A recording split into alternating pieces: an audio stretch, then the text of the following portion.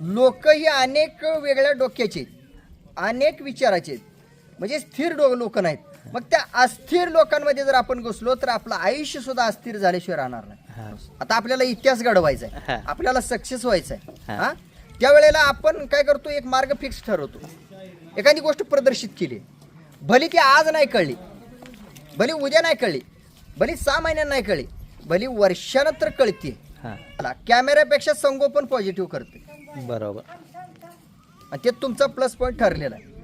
प्रतिसाद हा सुद्धा महत्वाचा आहे, पाठिंबा हा सुद्धा महत्वाचा आहे, तुमचा रिप्लाय सुद्धा महत्वाचा आहे, फीडबॅक सुद्धा महत्वाचा आहे. हे राजकारणापासून समाजकारणापासून सगळीकडे गावापासून सगळीकडे पाठिंबा महत्वाचा आहे. आणि प्रत्येकाला गुरु म्हणू शकत नाही. ज्या गुरुच्या बुद्धीनं समाजात पॉझिटिव्ह बदल घडत गेलाय, सकारात्मक बदल घडत गेलाय, अशा गुरुला आपण वास्तव गुरु म्हणू शकतो. पण त्या माणसाच्या डोक्यात काय चाललंय हे कधीच वाचता येणार नाही. आणि ते जर वाचायचं असेल तर तुम्हाला स्वतःला जातीवंत वास्तव गुरु करून घ्यावं लागेल. अति गरम असणं संगोपनाला तोटा आणि म्हणजे पुढे भविष्यात अनेक वेळा तोटा. आणि मी आहे वास्तव राहणारा, बरोबर, मी आहे वास्तव मांडणारा, मी आहे मूळ स्वरूपावर भर देणारा. मग हे सगळ्याला समोरच्याला पटलं पाहिजे ना. येणाऱ्याला हे तुम्हाला पटलं म्हणून तुम्ही आलात, हे सगळं डोक्याच्या वरनं जाणार. ते गेलंयच. ही कधीची, ही कुठनं काय? ही पण वर्षभराची असताना सहज फिरत गेलो होतो. सहज फिरत गेल्यानंतर रस्त्याच्या कडेला चरत असताना दिसलेली. त्यानंतर तिला आणली, वर्षभराची होती. ती तुमची खरेदी? ही माझी खरेदी. ही पहिली खरेदी का तुमची? नाही नाही, तशी वाघीण खरेदी पहिली. ती तर वडिलांची झाली. पण तुमची? माझी ही. तुमची ही पहिली 2 नंबर आणली. म्हणजे तुमची पहिली खरेदी ही? माझी खरेदी. म्हणजे पारख तेव्हा पण चांगली होती तुमची. तुमच्याकडे लिंबाची झाडं जास्त आहेत. नाही, व्यसन सोडू शकते किंवा जास्त अति गरम रक्ताची आहे. आणि तिचा तो तोटा आहे. अति गरम असणं संगोपनाला तोटा आणि म्हणजे पुढे भविष्यात अनेक वेळा तोटा. जर समजा तुटली सुटली तर ती दिवसभर सापडत नाही किंवा अपघात करणार मालकाची सुद्धा. नुसतं येसनेला कासरा आहे तरी ती एवढं ती येसन आता सायदा ती जुळूक बैलावून एका बाजूला कचरी आता सध्या. हे का बरं,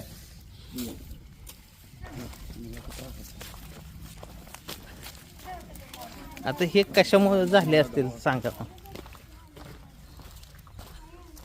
ह्या 2 पायदाशी तुमच्या इकडं ऊन ह्या साईडला इकडं. संगोपन कसं? आता संगोपन यांचं जास्त काळ नसतं, त्यांचं आयुष्य कमी आहे. आपण जर ह्यांना फुल सांभाळलो, ह्यांच्यावरती प्रेम केलं समजा, तर यांचं वजन वाढल्यानंतर परत ह्यांना उभारायची अडचण येते, पचनशक्तीची अडचण येते. म्हणून ह्यांना ह्या पद्धतीनं नॉर्मल सांभाळावं लागतं. आणि यांचं आयुष्य कमी असतं. जोपर्यंत हे टिकतात, जोपर्यंत खातात, जोपर्यंत पितात, तोपर्यंत यांची सेवा करायची.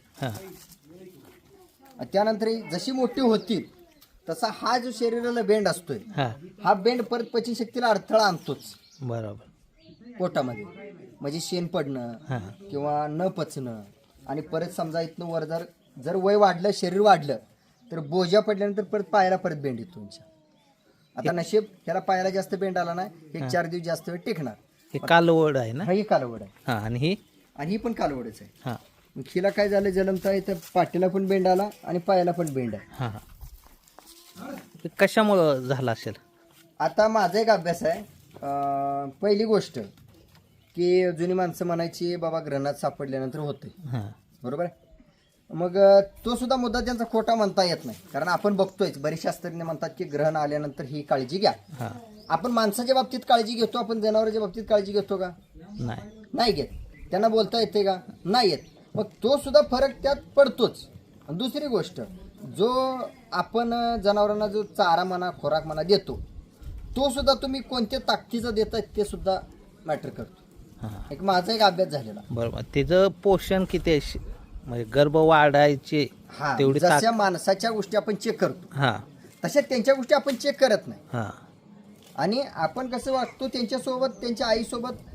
तुम्ही जर कमी जास्त म्हणा, ओबडधोबडपणा म्हणा, व्यायाम कमी म्हणा, खोराक अति जास्त म्हणा, अति कमी म्हणा, या दोन्ही गोष्टीमुळे सुद्धा घडू शकते. म्हणजे मला आलेला अनुभव सांगेल. म्हणजे एक तर तिसरी गोष्ट, अपंगाच्या माग ह्याला जन्म देणारी आई आणि ह्याला जन्म देणारा बाप हा जवळपास एका रक्तातून जर असेल तर शक्यता 99% नाकारता येत नाही. हां वंशातून असेल तर नाकारता येत नाही. मात्र त्या गोष्टी सुद्धा आपण बघतो, चेक करतो. म्हणजे अशा अनेक गोष्टी आहेत त्या. मग अनेक गोष्टींचा विचार करता 50% नशीब आणि 50% आपलं विचाराने करतो तो. त्यामुळे हे असं होतं. त्यामुळे हे घडू शकतं हां आणि घडले. आता शेवटला एक आहे तुमच्याकडं खोंड, त्याला आणतो बाहेर, थांबा, तो आज नाही दिसणार नीट. असं ना, बाहेर जाणार मग. आई बाहेर जाणतो. हा ना, 2 शेळ्या पण आहेत. तुम्ही 10 वाजून मला घरी जायला. घरीच जायचं नाही आज, आज मुक्काम आहे या. घरी कुठे चाललाय?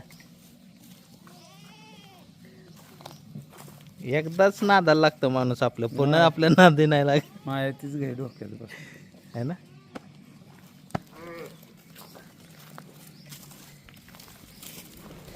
हे कुठल्या बैलाचा? हा बिदालमधील अशोक इंगोले साहेबांच्या काळ्या बैलाचा मुलगा. हा, तिकडं काही नेलेली. हा, मला एक आशा होती की मार्केटनुसार की बाबा आपण एक मीडिया पार्टनर म्हणून काम करतोय, हा मग आपल्यापर्यंत अनेक विषय हा. असतात, अनेक अनुभव असतात, लोकांच्या मागण्या पण असतात हा की राज एखादी खात्रीची काळी कालवड आम्हाला द्या. हा मग लोक मागतात, मग आपल्या दारात काय एखादी काळी नको. हा मग ह्या आशेपोटी मी तो बैल भरला होता, कालवडीच्या आशेपोटी. हा झाला आणि खोंड. कालवड न होता हा खोंड झाला. गैवर पडला. आणि सफेद झाला. हा, हा पूर्ण सफेद नाही, हा गायपेक्षा वेगळा झाला हा हा हा क्रॉस मध्ये. कारण तो बेदालच्या इंगोले साहेबांचा जो बैल होता, हा त्या बैलाचा आजोबा जो होता त्या रचनेत पडलं, वासरू पडले असं आमचं वडिलाचं मत आहे. हा हा हा त्या वंशात गेलं. तो सफेद होता का? नाही, कोसा होता. हा कोसा होणार आहे. हा, हा हा. कोंड कोसा होणार आहे परत. हा काय? हा हा हा कोंड ह्या कपाळावरती कलर आहे, हा हरणा कलर आहे, ह्या अंगावरती हरणा चट्टे कलर आहेत, हे गुडघ्याला हरणा कलर आहे ना. हा. हा वयात आल्यानंतर कोसा होतोय हा हा हा आणि बाप काळा आहे. मग परत आमचा अभ्यास झाला की पाठीमागं वंशावर, आजोबावर, पंजोबावर सुद्धा वासरे जातात. हो आपलं बी हा माझ्याकडचे गेले आता. हा, म्हणजे काळ्या बैलाचा काळ्या बैलाचं म्हणजे आपण कलर म्हणा किंवा त्याचा रंग रूप म्हणा काही दिसून येत नाही. मग जलमल्या आमच्या वडिलांनी सांगितलं की वासरू हे आजोबावर गेले. मग त्या गायीनं अशा प्रकारे कन्वर्ट झाले वासरू. मी काय म्हणतोय, शेवट राजसाहेब मला सांगा, आता एवढी जनावरं सांभाळायचे म्हणजे लय अवघड काम आहे. होय होय. हे मॅनेज कसं करताय? हे बघा, आपण म्हणतो ना नेहमी बाबा रक्तात नाद असेल तर सगळं होतंय, हां आणि एक दैवी शक्ती त्याच्यासोबत, मनाला काय हरकत नाही हां की बाबा ते करता करता एक मनाला आत्मविश्वास येतोय की बाबा नाही आपण चुकीचं काम करत नाही, हां नाही आपण योग्य काम करतो आणि आपल्या कामातून 4 जागे होणार आहेत आणि आपल्या कामातून कोणाला तरी चांगला संदेश देणार आहे. म्हणजे पुण्याचा भाग म्हणतो आपण. हां करता करता परमेश्वर जो म्हणतो आपण, तो आपण चांगलं करतोय ना, मग लोक आपल्याकडे परमेश्वर म्हणून बघणार किंवा त्या गायीकडे म्हणून परमेश्वर म्हणून बघतात. मग ह्यातून जी ताकद स्टेबल राहिली माझी, हां जेवढं मला शक्य आहे तेवढं मी करतोय. आणि आज बाहेर समाजाला पण तेवढाच वेळ द्यावा लागतो आणि घरात सुद्धा तेवढाच वेळ द्यावा लागतो. त्यामुळे 100% पूर्ण कोणती गोष्ट होत नाही. समाजात सुद्धा 100% होत नाही हां आणि घरी सुद्धा 100% होत नाही.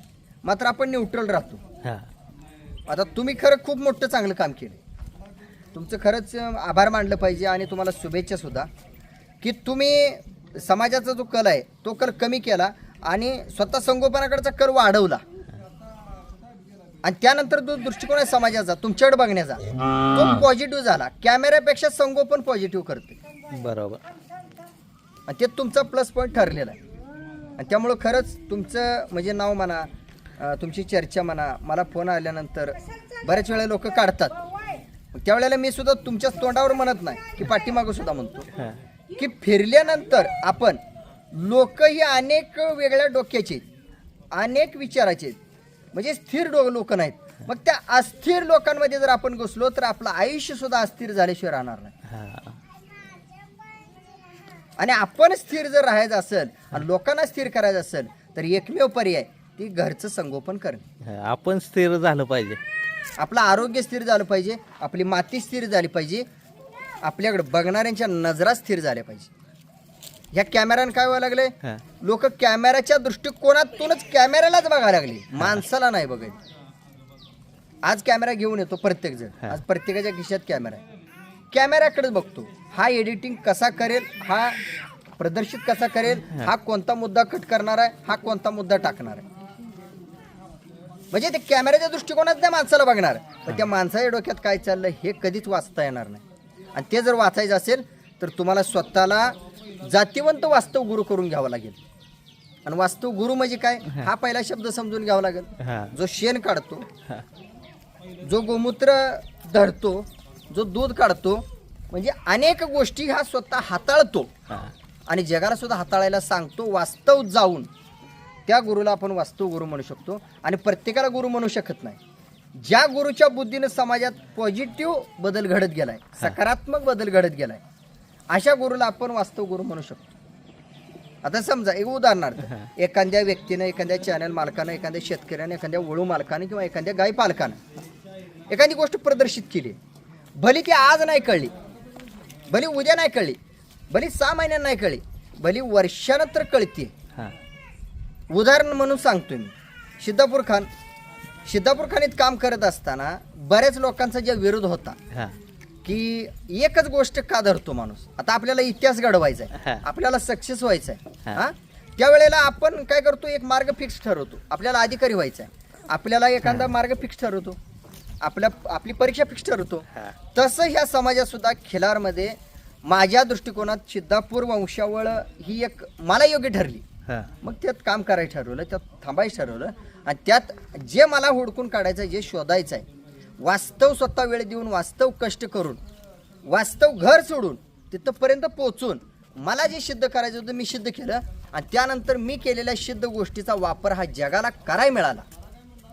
जे विरोधक होते, जे नावं ठेवत होते, सिद्धापूर एकच घेऊन काय बसलाय किंवा एकच बैल घेऊन काय बसलाय, आणि मी सुरुवातीला 1-2 मिनिटं अजून वेळ घेतोय की काम करत असताना मी कधीच माणसाकडून खिलारकडे कधी आलो नाही. हा मी खिलारकडून माणसाकडे जायचो. पण जगाने मला म्हणजे शिकवून दिलं की तुम्ही खिलारकडून माणसाकडे जाऊ नका. आधुनिक काळ आहे, महागाई वाढले, प्रत्येक जण प्रतिसाद देईल असं नाही. प्रतिसाद हा सुद्धा महत्त्वाचा आहे, पाठिंबा हा सुद्धा महत्त्वाचा आहे, तुमचा रिप्लाय सुद्धा महत्त्वाचा आहे, फीडबॅक सुद्धा महत्त्वाचा आहे. हे राजकारणापासून, समाजकारणापासून सगळीकडे, गावापासून सगळीकडे पाठिंबा महत्त्वाचा आहे. त्याशिवाय माणूस मोठा होत नाही. आपल्या वडिलांनी आपल्याला पाठिंबा दिल्याशिवाय आपण मोठा होतो का? नाही. मग तसा खिलारमध्ये सुद्धा एखादी गोष्ट मोठी व्हायची असेल तर पाठिंबा लागतोच. मग तसा सिद्धापूर खाणीमधून सुरुवातीला पाठिंबा कोणाचाच नव्हता. पण ते निसर्गाने, नशिबाने म्हणा, भाग्यात म्हणा, काही म्हणा, पण ती अस्तित्वात जी रूप आलं, ते रूप खरंच एक 4 लोकांच्या बाहुल्या अशा बाळवणारा रूप जन्माला आलं होतं आधी. पण ते समजायला वेळ लागले. हा मग ते मला समजलं म्हणून मी वेळेवर व्यक्त व्हायचा प्रयत्न केला.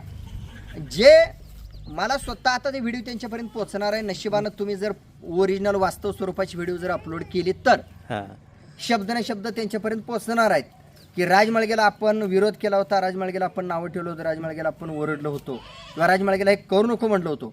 आज त्यांच्याच दारात त्याच रक्ताचं वासरू, त्यांच्याच दारात त्याच रक्ताचा बैल आहे. म्हणजे मी परत माझ्या मनाला एक शबासकी स्वतःला दिली की मी करतोय ती योग्य आहे. आणि त्यानंतर तुमच्यासारख्याचा जो पाठिंबा आहे किंवा तुम्ही आज कॅमेरा घेऊन माझ्यासमोर उभं आहे, व्यक्त मला म्हणजे करून घेताय, तर खरंच ही एक पोचपावती समजतो मी माझ्या जीवाला की बाबा मी करतोय हे योग्य आहे का अयोग्य आहे. जर अयोग्य असेल तर तुमच्यासारख्या व्यक्तींनी, खिलार संगोपन करणाऱ्या व्यक्तींनी मांडलं नसतं समाजापुढं. तुम्हाला कुठेतरी योग्य वाटलं म्हणून तुम्ही तुमच्या आयुष्यातला धावपळीचा वेळातनं वेळ काढला आणि इथंपर्यंत पोचलात. आणि पोचून ह्या ठिकाणी जे काही माझ्या डोक्यात आहे किंवा इथं जे काही संगोपन केलंय, जो अभ्यास तुम्हाला जाणून घ्यायचा होता तो वास्तव पद्धतीने जाणून घेतला. आणि त्याबद्दल तुमचे मी आभार मानतो, इथंपर्यंत पोचला त्याबद्दल. राजसाहेब तुमचं शिक्षण काय हो? माझं शिक्षण 15वी झाली. कोणती साईट? इंजिनिअरिंग. कोणतं इंजिनिअरिंग? सिव्हिल इंजिनियर आहे. हो. चांगलं शिक्षण आहे की तुमचं? हा असं बाहेर शिक्षण चांगलं होतं, सगळं चांगलं होतं, पण पाठीमाग लहानपणापासून एक बाळकडू होतं खिलारच्या आवडीचं, प्रेमाचं. तर ते बाळकडू माझी पाठ काय सोडत नव्हतं. म्हणजे घरात काहीतरी अडचण आली की माझं लक्ष तिथं लागत नव्हतं, घराकडे येत होतं. ही शेतकरी वर्ग जुन्या पद्धतीचा राहत असल्यामुळं तुम्हाला सांगायची गरज नाही, अनेक अडचणी असायच्या. मग त्या अडचणी माझ्या कानापर्यंत आल्यानंतर मी इकडे गावाकडे यायचो आणि गावाकडे आल्यानंतर घराकडे आल्यानंतर मग इथं मला मन माझं थांबावंसं वाटलं म्हणून मी थांबलो. हां. किती टक्के होते हो इंजिनिअरिंगला? इंजिनिअरिंगला डिस्टिंक्शन प्लसमध्ये होता? हो. चांगला 65 व्यवसाय, चांगला व्यवसाय उभा केला असता तुम्ही. होय, व्यवसाय उभा केला असतो किंवा मी कॅम्पस सिलेक्शन झालं माझं ठाण्याला प्रोतीसमध्ये. हां मी सिलेक्शनला पण गेलो नाही, हां हां म्हणजे मुंबई एअर एजंट तिकीट. त्याला बांधतो.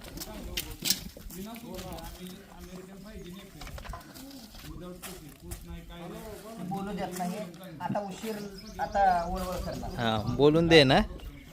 बरं मी काय म्हणतोय राजसाहेब, आता ही तुमची कितवी मुलाखत असेल यूट्यूबला? माझी मुलाखत आहे मला वाटतं तुमच्या चॅनलला ही दुसरी वेळ आहे. पहिली वेळ यात्रेमध्ये झालेली. हां मग नव्हे, आपल्या चॅनलवर नाही, अशा अशा यूट्यूबला बाकीच्यांनी घेतलेल्या किती अशा? नाही, बाकीचे इथपर्यंत काय पोचलेले नाहीत. मग तुमची मुलाखत नाही कोणी घेतली? माझी मुलाखत म्हणजे ती वेळ झाली नाही.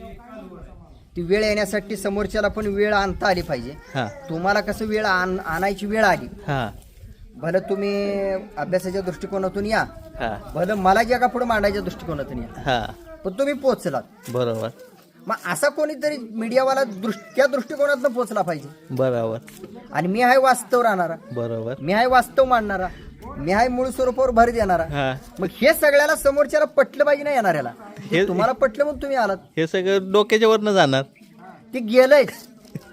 त्यामुळे कोणी मुलाखत घेतली नाही. मग ते जाणार, का जाणार तर तुम्ही स्वतः शेण काढताय म्हणून इथं पोचलाय. हां तुम्ही स्वतः वैरण पिकवताय, चारताय म्हणून पोचलायत. तुम्ही स्वतः गया भरवताय, तुम्ही स्वतः वळू मालक झालाय म्हणून तुम्ही पोचलायत. तुम्ही जातीनं सकाळी उठून दिवसभर संगोपन करताय, जनजागृती करताय, वास्तव जनजागृती करताय आणि वास्तव जाहिरात करताय म्हणून तुम्ही पोचलायत. तुम्हाला जत्रेत किंवा इतर ठिकाणी बऱ्याच वेळेला आपली तुमची माझी गाठभेट झाली, हां पण प्रत्येकाच्या आयुष्यात अडचणी असल्यामुळे वेळ येत नव्हती जाण्या येण्याची. बरोबर. आणि ते नशिबानं तुमच्या डोक्यात प्रकाश पडला आणि तुम्ही इथपर्यंत पोचले. पोचलो.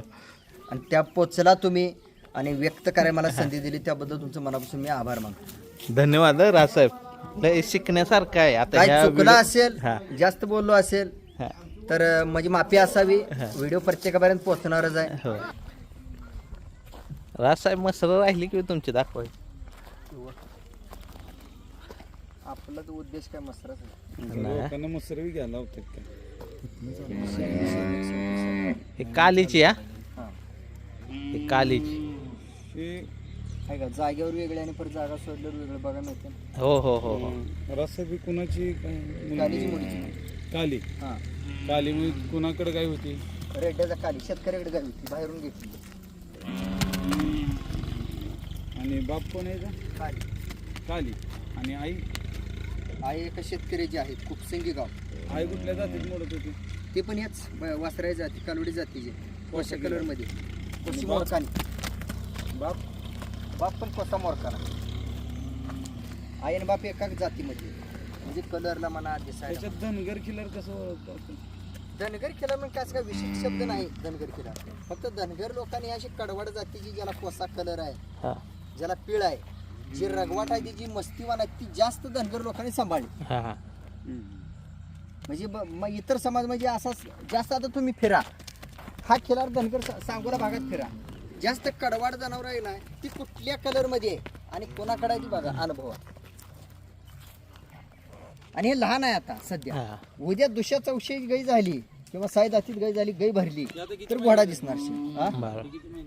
ही 1 वर्षभराची ॲक्युरेट जन्मतारीख नाही माहीत. आपण जन्मतारीख जर वळू मालकाला माहीत असेल तर काढू शकतो. जर जन्म मांडली नसली तर आपण एक अंदाज पकडायचं वर्षभराची. ए ह्याला बट्टा बिट्टा काय काहीच नाही.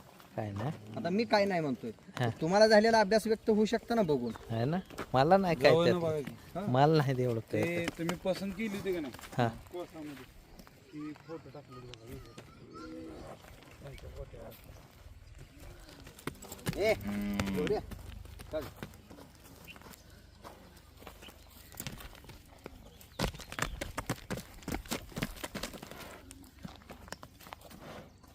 शिंग केवढी मोठी होती त्याची काय?